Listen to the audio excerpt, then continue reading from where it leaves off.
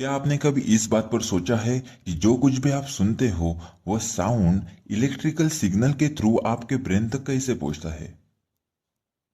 तो आज इस वीडियो में हम यही जानेंगे कि साउंड ईयर से ब्रेन तक कैसे सफर करता है।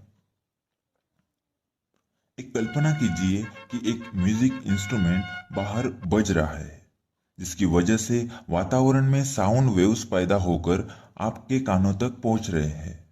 हमारे कान के अंदर एक नैरो पैसेज रहता है जिसे हम ईयर कनाल कहते हैं। साउंड वेव्स ईयर कनाल से पास होकर एक इलास्टिक मेम्ब्रेन को मिलते हैं जिसे हम ईयर ड्रम कहते हैं। साउंड वेव्स की वजह से ईयर ड्रम वाइब्रेट होता है और उस वाइब्रेशन को एम्पलीफाई करने के लिए ईयर ड्रम से टच होकर तीन टाइनी बोन्स रहते हैं, जिसके नाम है मेलाकस, इंकस और स्टेपिस। इस बोन्स के द्वारा साउंड वाइब्रेशन को बढ़ाया जाता है और उसे कोक्लिया तक भेजा जाता है।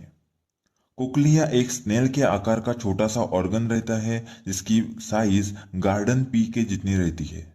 कोक्लिया के अंदर एक विशिष्ट प्रकार का फ्लूइड रहता है और साउंड वाइब्रेशन की वजह से उस फ्लूइड में तरंगे निर्माण होती है। और साथ ही साथ हमारे बालों की तरह दिखने वाले ये छोटे छोटे हेयर सेल्स कोक्लिया में रहते हैं, जिसे हम साइंटिफिक टर्म में स्टीरियोसिलिया कहते हैं। फ्लूइड में जो तरंगे निर्माण होती है उसकी वजह से स्टीरियोसिलिया आगे पीछे हिलते हैं और उसी मोमेंट की वजह से आयन हेयर सेल्स में फ्लो होते हैं और हेयर सेल्स में न्यूरोट्रांसमीटर केमिकल का निर्माण होता है। यह केमिकल खुद को ऑडिटरी नर्व्स से बांधकर इलेक्ट्रिकल सिग्नल का निर्माण करते हैं, जो ऑडिटरी नर्व्स ब्रेन तक पहुंचते हैं। Different hair cells different frequencies को रिस्पॉन्ड करते हैं। कोक्लिया के बेस में जो हेयर सेल्स रहते हैं वो हायर पिच वाले साउंड को कैच करते हैं और उससे थोड़ा ऊपर जो हेयर सेल्स रहते हैं वो पहले से थोड़े कम पिच वाले साउंड को कैच करते हैं।